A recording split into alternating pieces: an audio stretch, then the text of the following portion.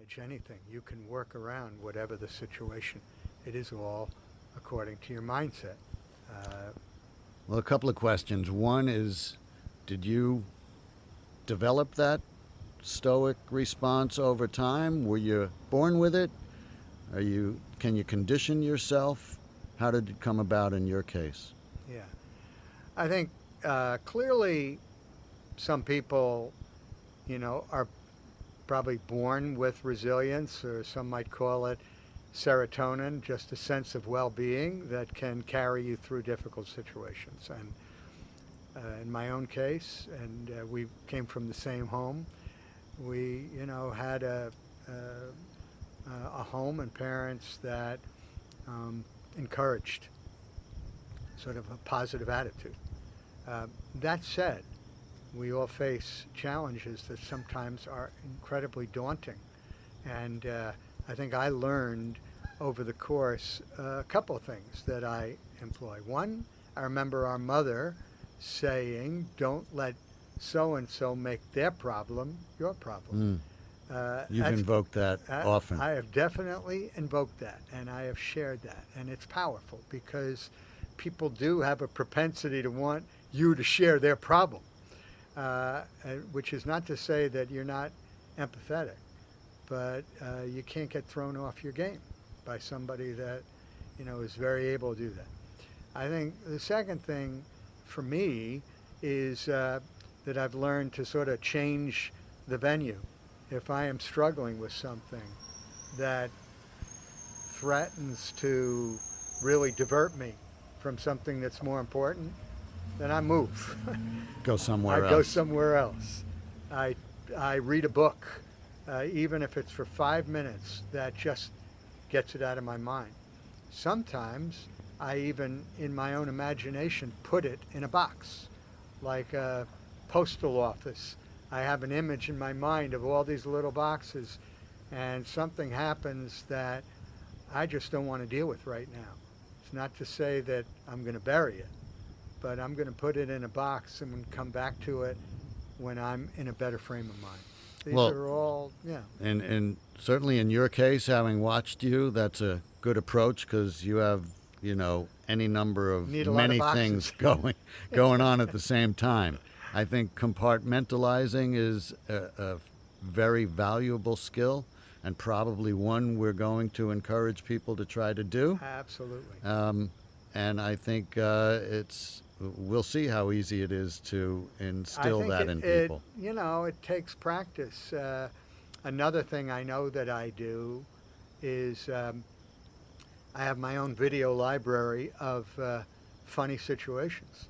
Things that just no matter what, if I check in with it, it makes me laugh, and that also helps. I mean, funny situations in your situation, in your caregiving, in my caregiving or otherwise, where you just need a laugh. Just humor, yeah. You need a laugh. One that I go to all the time is I had a friend who was. Some political rally, and he had all of his literature on the table, and he spent so much time organizing everything, and he was all ready, and a wind comes up and blew it all to hell. I was watching. I got hysterical. It was unfortunate for him, but that image is something that makes me laugh. Yeah, well, that's resilience comes into play. Yeah, and he needed to be resilient in that moment too. Of course, I helped him. But we both laughed. I think... Well, the alternative is not pleasant. No, yeah, the alternative is panic, despair and panic. Exactly. So, I think you develop tricks along the way, but I think they're all part of the idea of working around the moment that could otherwise be a bad moment, and you feel crappy or angry or... as opposed to something almost like, that you're being watched to see how you do. You're competing. Well, that's, it's funny. Your nephew, my son Jake, plays baseball in college, and I've told him forever, somebody is always watching. We were at the game last week. There was a scout there for another kid. Right. I told Jake, You should assume there's a scout there for somebody, and always put your best foot forward. And so that's a good point. And I think the idea of being able to think on your feet because things are going to go wrong is a huge concept in your life, and we've seen it because you can look at the whiteboard we've spoken about, you can have your game plan set for the day, the week, and any number of mood changes or situations come up which throw that off, and what we hope to do is help people deal with that happening. Right. I mean, I think another thing, as I think about it, and especially, and many of you that are listening can relate that, work in a caregiving role, is stuff happens all the time that is not only inexplicable, hard to explain, but, startling. It happens to me every day. I'm looking for a book. I was right in the middle of the book. I'm like, can't wait to get, I have 10 minutes. I want to read the chapter. I can't find the book. I look everywhere. Finally found it in the oven. Yeah, I remember. In the oven. So I am conditioned now for that to happen. Yeah. And, it's like I am ready to be surprised. I would imagine. But not get angry. Yeah, early on. Not go, Barbara, what are you doing? Yeah. No. It probably wasn't as easy then as it is now. But so you also condition your mind to be ready to respond the right way and not the wrong way. My point in talking about Jake, I lost it for a second, wasn't so much that somebody's always watching, but every scout I've spoken to, everybody who assesses kids, people, they don't care how you respond to success. Right. Everybody's great when things are going great. They are absolutely concerned, singularly, with how you respond to failure. Yeah. How you deal with tough times. And that's a character issue, and that's what people are looking for. And that comes to play here, too. Yeah. How do you respond to tough times? Yeah. And, yeah. I mean, you're talking It's about the a stoic baseball analogy.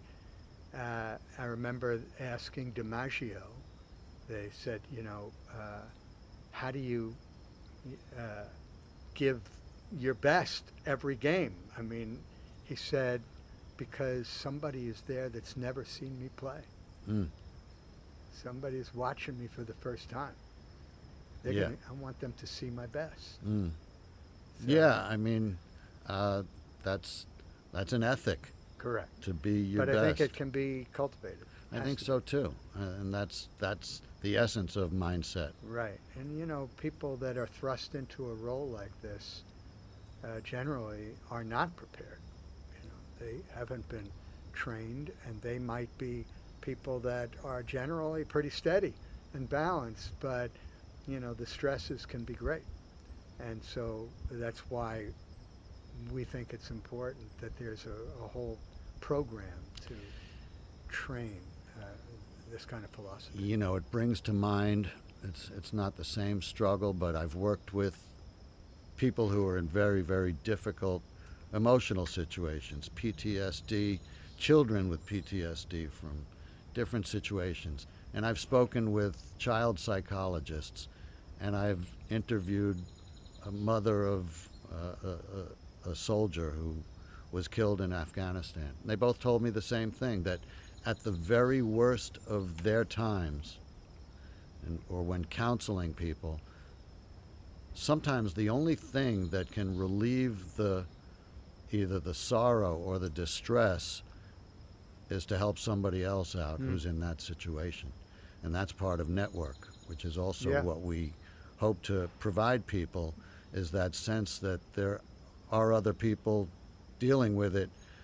But that really impressed me, that this woman in particular didn't think she'd ever smile again until she realized she could help other people.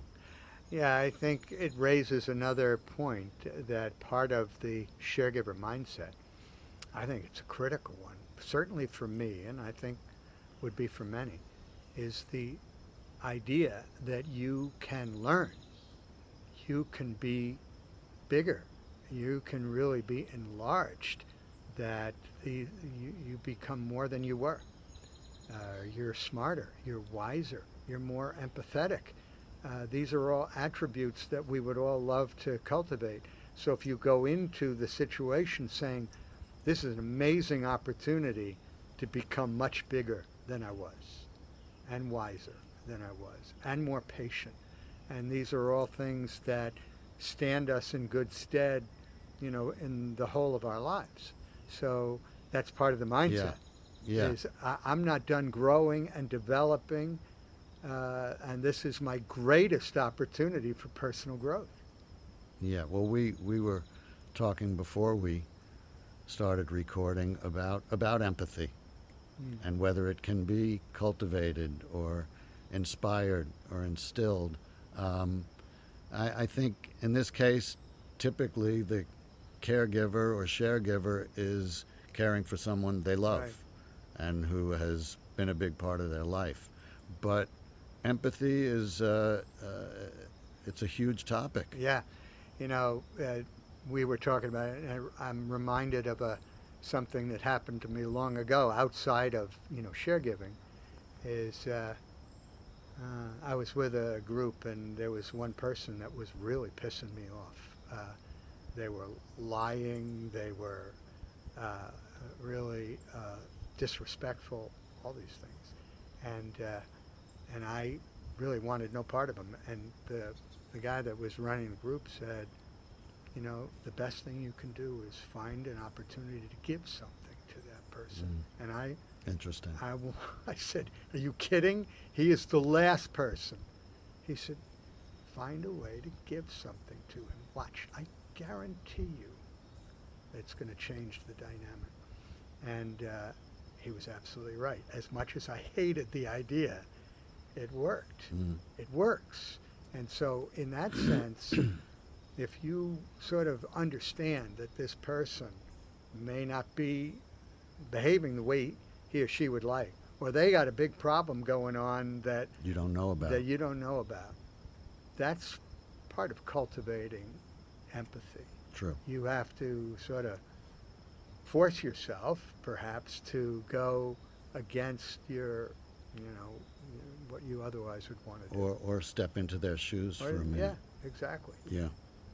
So, yeah, I think empathy, I think we can be born with an abundance of goodwill.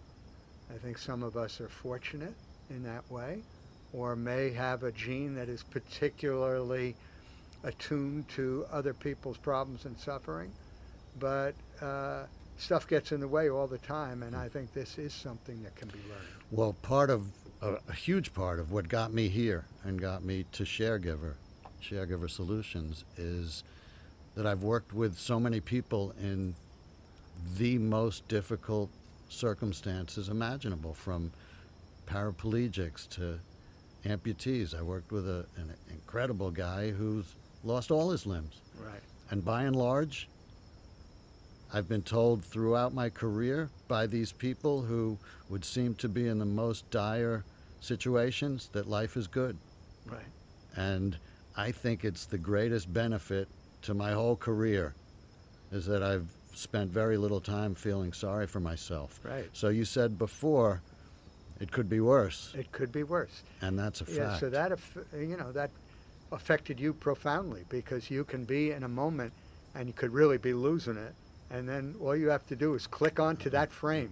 Done it my whole life. And realize It's you not are so bad. far ahead of the game. Yeah, I'm as lucky as you can be. That's a big part of mindset. And, again, as we said, it is the ability to reframe. It's the ability to anchor your mind to something that is in the it could be far worse category, Yeah, and think of yourself as fortunate. Fortunate, and also in a game. Yeah. And the game is to overcome this crappy situation, and somebody's watching you. Yeah. Yeah, I think about that all the time. How am I going to respond? Which is not to say, nobody listening should think that we, are perfect at this. Of course. Because, stuff happens, and we do become impatient, and we could lose our temper. But, I find over time, wow, I can subdue that really fast. Even hearing myself, all of a sudden, just back off I have real a quick. crazy story, related but not. I had done a video about an extraordinary individual named Ed Crawford, Sergeant Ed Crawford, Gunner Sergeant Ed Crawford. That video. Served in World War II, Korea, and campaigned to get himself to Vietnam. But in World War II, I think, or Korea, and he also created the Police Athletic League boxing gym and was a motorcycle cop and impacted many, many lives, but many of them in battle. He told me a story of, I guess when he was in Korea, he was in a foxhole. The guy next to him had his head shot off, and Ed Crawford was still in the foxhole with him. He looked over and saw this, and he just crumpled to his knees under tremendous fire. And he actually said that he thought if he was John Wayne, if this was a John Wayne movie, if people were watching him, was he going to let them see this cowardly little... Yeah. And he said he got up and started shooting and throwing hand grenades and survived, and that's what motivated him. Yeah. John Wayne. And this guy was arguably one of the greatest war heroes any of his men had ever seen. That's why the video was done, so they could pay tribute to him. Yeah. But yeah, he didn't want to be embarrassed by anybody watching him. Yeah. I mean, yeah, these are all different ways that we condition our mind. And I think another thing really to mention is we're taking care of people that we love and that we have had a life with in various relationships. And I also find, and I call on it all the time, Barbara, I remember what was most important. I was proud of her. I admired her. And she doesn't deserve this. And she certainly doesn't deserve my impatience or my anger. She is living with this. I'm, on easy street compared. She deserves all of, my positive mind. So it's that's another also element of mindset. Another element. And I think that's an interesting one for people to remind themselves, not even being under stress, just reminding themselves of who this person is and was and what they deserve. Yeah. So it makes it easier, much easier, as opposed to, going nuts when, your keys are missing and you're late for a meeting, which, Happens often. Keys, phone, I've heard, kind of every day. Well, you've become very adept at sort of preempting these things. I either put things in special places that I think are reasonably out of reach, or I've become very good at becoming a swami. Going in a quiet the place oven, and saying, case in point. "Where is my book?"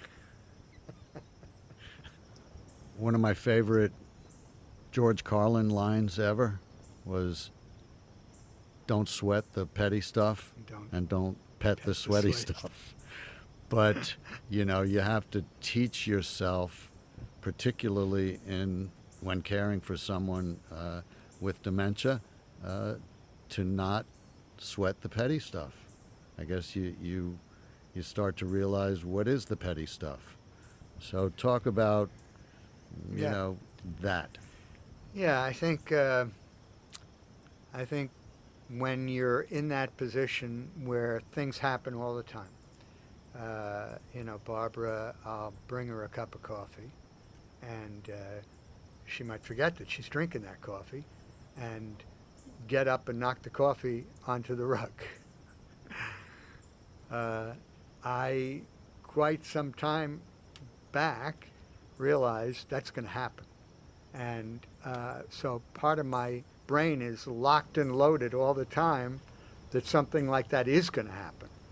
And instead of saying, God damn it, what are you doing? Which is not useful at all. Mm. And it's, oh, honey, yeah, it's okay. Let's clean it up. Looking at it from a distance, that's the only right response. She didn't intend to, spill coffee all over the rug and couldn't help it. But it's so easy for us to lose our temper and be angry. And then I guarantee you, and anybody listening probably has had this reaction, then she would get angry. And then you're all of a sudden in a bad moment. That's true of anybody. That's true of anybody. I mean, that's true of anybody. That's life. And the only difference here is this kind of thing happens all the time. Yeah, yeah. All the time. Barbara will take silverware wherever we go, and we'll take a new cup of coffee and put the napkin in it. Doesn't know why, but I've learned, that's, Barb, I don't think the napkin goes in the coffee. So part of the value that we hope to present with Sharegiver is to let the listener, depending on what stage you're at in your caregiving and where your loved one is with this disease, is these things are going to happen. And it's kind of it's sort of a warning, or at least an advance notice to prepare yourself. And part of the preparation is to be able to deal with it and keep it in perspective. Yeah, I mean, rehearse a response. Be ready to work around whatever it is. Think that you're being watched by somebody who is either judging you or you can learn from you. Reframe, what just happened. These are all things that are teachable. Something I've noticed that I think is difficult for everybody. You're the one in the situation, but how do you train yourself and train others to not take things personally? When Barbara gets angry with you for no reason, I'm sure there was a time where you took it personally because you didn't do anything. How has that either softened or perspective changed, or work around that, or come to accept that that's going to happen? Yeah, it's a great question. And I think you even commented in our long marriage of 40 years that early on, Barbara could be very critical. And you, I think, told me one time you used to say, how does David, how does he sit there and take it? You know how? She was tough. She was tough. And I realized that there was no gain to my getting angry or giving it right back. And so I trained my mind. And in fact, I made a little sign that maybe you've seen in my kitchen. It's a little wood sign. It says, I'm sorry. Is that mine? Yeah, you're fired.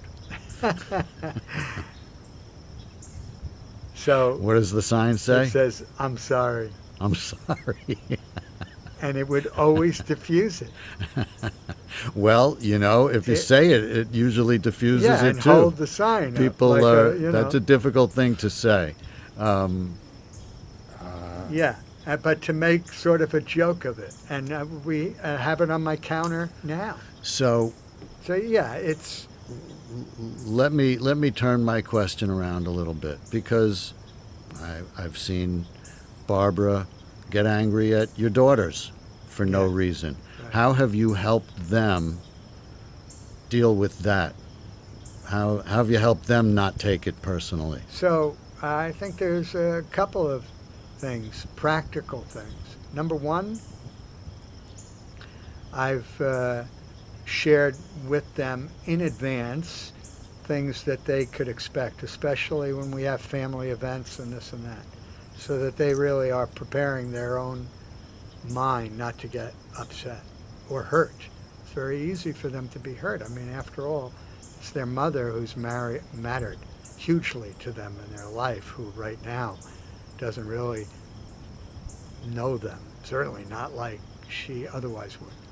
Second, I have cautioned them about doing things that might appear to Barbara to be critical or judgmental. For example, if Barbara is doing something inappropriate or is pulling something, off a shelf, like in a store, I've said, don't take things away from her, but, pretty gently either let her have it and then put it back, but avoid those moments. Finally, and this is with their advice, I've taken pains not to put them in a situation where, they might be alone, sad to say, but they're not, they're not necessarily their mom's caregiver in that moment. And so they would say, if I'm going to be there for a whole day, maybe Christina or somebody can be there as well. So that's a little bit of a cop-out, but then again, they're not necessarily conditioned. Yeah, well, and it's also emotionally very difficult. I think they're certainly not conditioned. So you have to help. But part of Sharegiving, as you've said in our previous conversations, incorporates recruiting people to come over and spend time who are also not prepared. Now, granted, the relationship between your daughters and Barbara is far different from someone you've been friends with for 20 years. Right. But there's still that possibility that they'd walk in and Barbara says, I don't like you. No doubt. And so this is also part of creating a share culture. It is a chance. I see it with my daughters, and I also see it with our friends when I ask them to help out. It is a chance to open their mind to the nature of the impairment and how they can participate in a way that in every instance makes them feel better. Yeah. As long as they're prepared and they see that they're in a position to give something and understand what they can also expect. Yeah. I can barely imagine what your daughters feel like when Barbara lashes out. It's hard. It's a harder situation, as I said. And so part of my job as a sharegiver for them too, taking their situation into account, is to try to manage the situation so there aren't those kind of confrontations. Well, you've had to do it for yourself first. Yeah, and I've seen it because they don't know. And, Barbara will do something and they'll want to pull her away or take something away. And so you can't do that. Yeah. Because that somehow she is hearing denial and rejection and reprimand. Yeah. Reprimand. Yeah. That's Yeah. Doesn't go well. Right.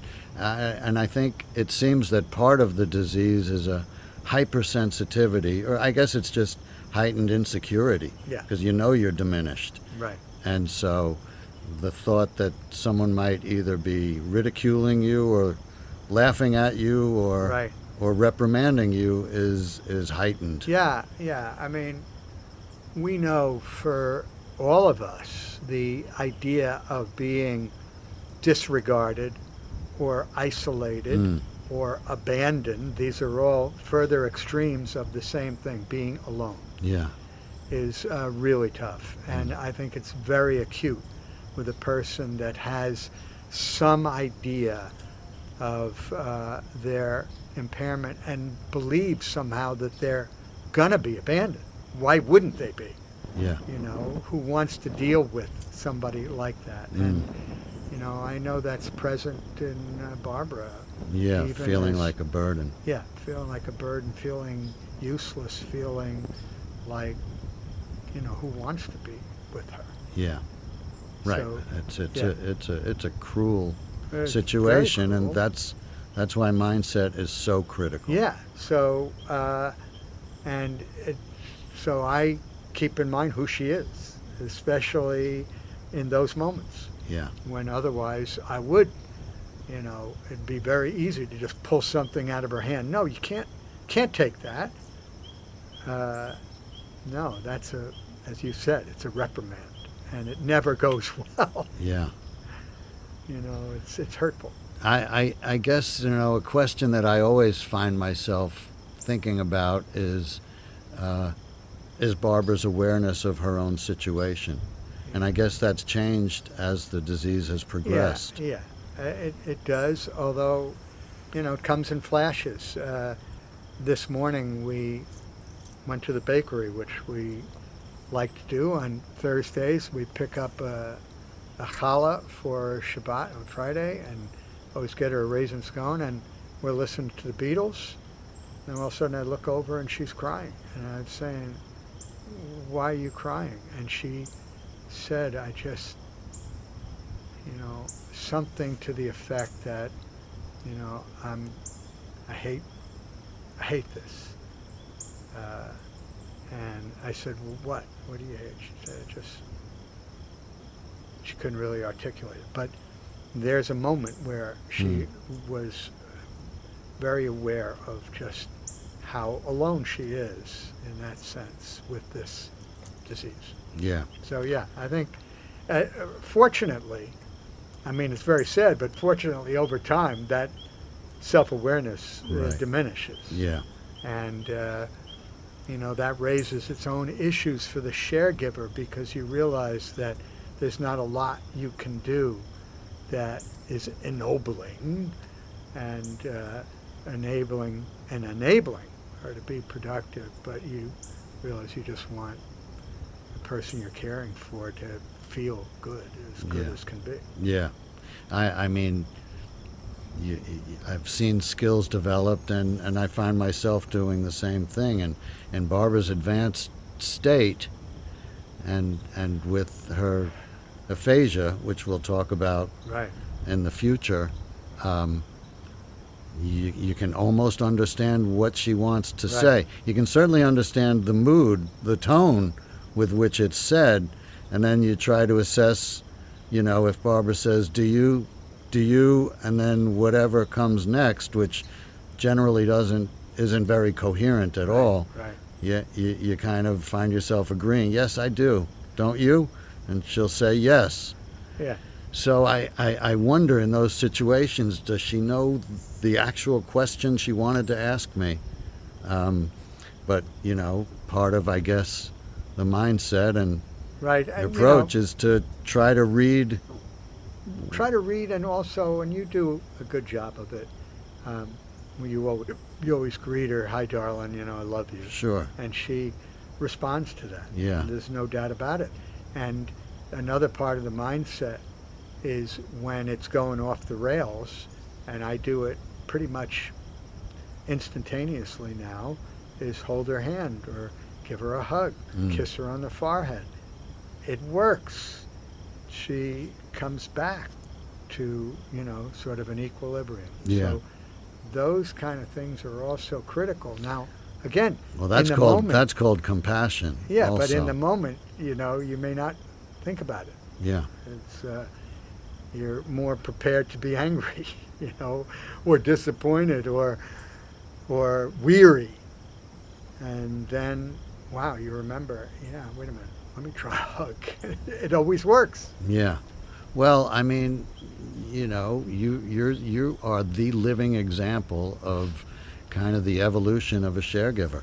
I mean, you still are busy, but you were hyper busy, mega busy, crazy busy, and a lot of these circumstances could throw you off your schedule, which I'm sure used to be more critical to you than it is now.